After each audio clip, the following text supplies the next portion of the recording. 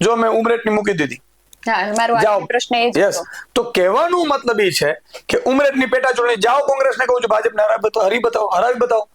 એટલે ભાજપ અને કોંગ્રેસ ગઠબંધનથી લડે છે એ આખી ગુજરાતની જનતાને ખબર પડવી જોઈએ, એ માટે અમે આ પગલા ભર્યા છે. એટલે ઉમરેઠમાં તમે કોંગ્રેસને તો ચેલેન્જ આપો છો કે જાઓ ભાજપને હરાવી બતાવો, પણ તો આમ આદમી પાર્ટીનું ત્યાં શું સ્ટેન્ડ છે?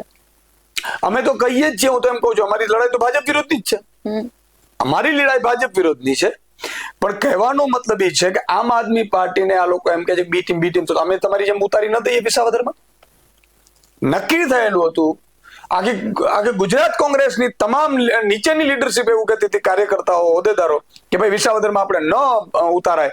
તો એવું કે ત્રીજી પાર્ટી ચાલતી નથી ને એમનું સંગઠન નથી ને એ લોકો ચૂંટણી જીતી ન શકે ને. આ તો 22માં અચાનકમાં 5 જીતી ગયા, બાકી ન જીતી શકે ને.